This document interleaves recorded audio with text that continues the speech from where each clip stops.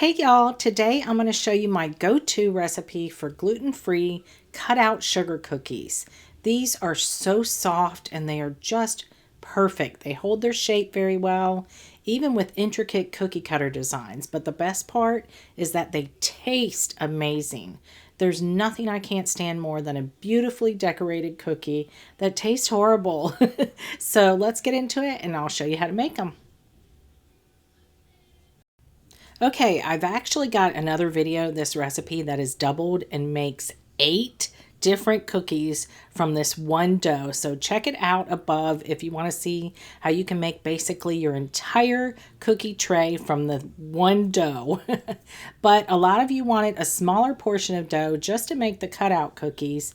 And I get ya, these are the traditional cookies to make, not only for Christmas though, but for any holiday really, or even just for every day. So I'm starting with the dough obviously, and in my mixer bowl here, I have 1 pound of butter, which is 454 grams.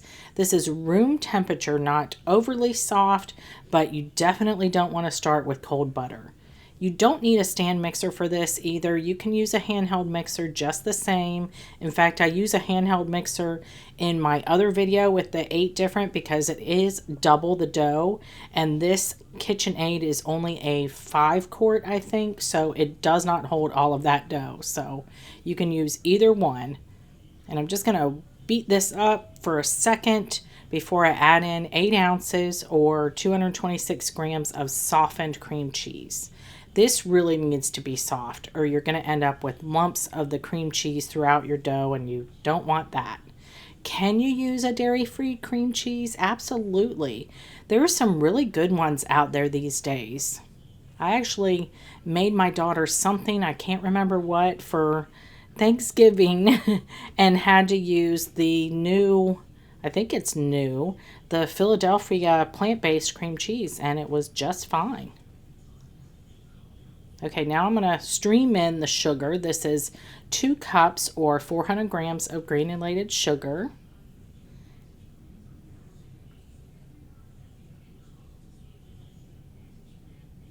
Get all that in there.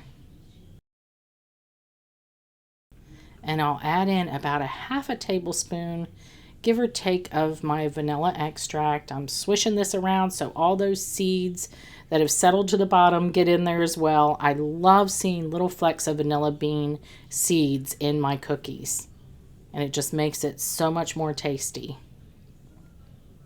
And then the final wet ingredient here is 2 large egg yolks, which are also at room temperature. I'll get those in there and then I'll just let it go for about a minute or 2 longer.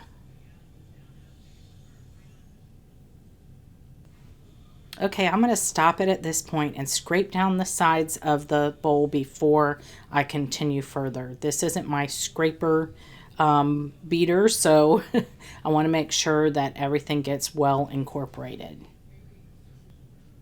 All right, now I'm going to add in the dry ingredients, which is 4 3/4 cups or 665 grams of Kim's gluten-free all-purpose flour blend, which I also added a 1/4 teaspoon of salt to. Now, could you use a store-bought blend? I'm sure you could. Not all store-bought gluten-free flour blends are the same though, and I've heard awful things about the new cup for cup version because they'd made it dairy free, and apparently people are saying it doesn't work in their recipes where the former version worked just fine. So that's why I always just make my own, because then I can be sure of exactly what's in it, what brands work and all that stuff. I'm adding this in increments just so it doesn't go flying everywhere. And then I'll just crank it up here at the end just to get it well incorporated. Perfect. That looks great. Okay, I'm going to divide this between 2 sheets of plastic wrap. This recipe actually makes a lot of cookies, but sometimes those cookie cutters can get very large. So if you want even more cookies, just double the recipe or check out my video above for the doubled amounts, because if you don't have a large enough mixer, This one is actually not large enough to make the double recipe. I have to use a very large bowl and a handheld mixer to mix the doubled recipe. And unfortunately, this dough does need to be refrigerated for at least 2 hours before rolling it out, or up to 48 hours. And it also freezes very well, y'all. So if you want to get ahead even further, also the cookies freeze very well. But I will see you back here in a couple of hours to roll this out.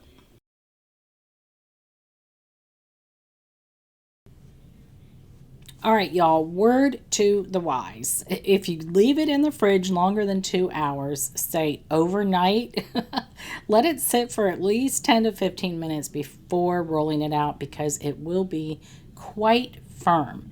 I started filming and realized that, so I ended up breaking one half in two so it would be a little more manageable, and this is much, much better. Things don't always go as planned when you're filming, but you won't have this problem. It really is a beautiful, beautiful dough to work with and roll out.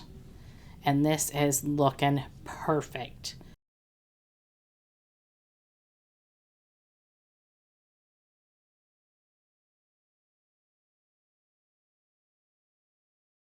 I like my cookies pretty thick because I like them really soft, but if you want yours a little more crisp, then roll them thinner. This is actually almost a half an inch thick, and that's what I'm stopping at. And I like to dip my cookie cutter in some extra flour first and then just cut them out. It's just that simple. This dough is such a dream to work with, y'all. I honestly don't think I've ever worked with a dough that's easier. And that includes gluten-filled dough from years ago. It's probably the cream cheese in the dough. The cookies end up with such a velvety texture at the end. In fact, I think the original recipe was called like white velvet sugar cookies or white velvet cookies, something like that. I can't quite remember, but I do have a link to it in my post, as I always do. I always link to wherever I get the recipe from or the idea from or whatever. And then, of course, I just made them gluten-free. Okay, just put these cookies on a parchment-lined baking sheet about 2 inches apart, but they really keep their shape very well so they won't spread into each other at all. And we'll bake these at 350 Fahrenheit for about 12 to 14 minutes. If they're smaller cookies, even like this, then check them at 10. You want a slight bit of browning on the bottom, but just a little bit around the edges, and that is all. You don't want them showing any kind of brown. You just want them set. And that's really all there is to it, y'all.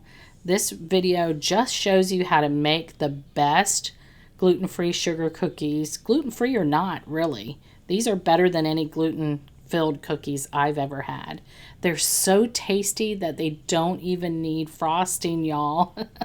But if you want to add frosting, as you normally will, I have several options for you in the blog post. This is a simple royal icing that dries hard.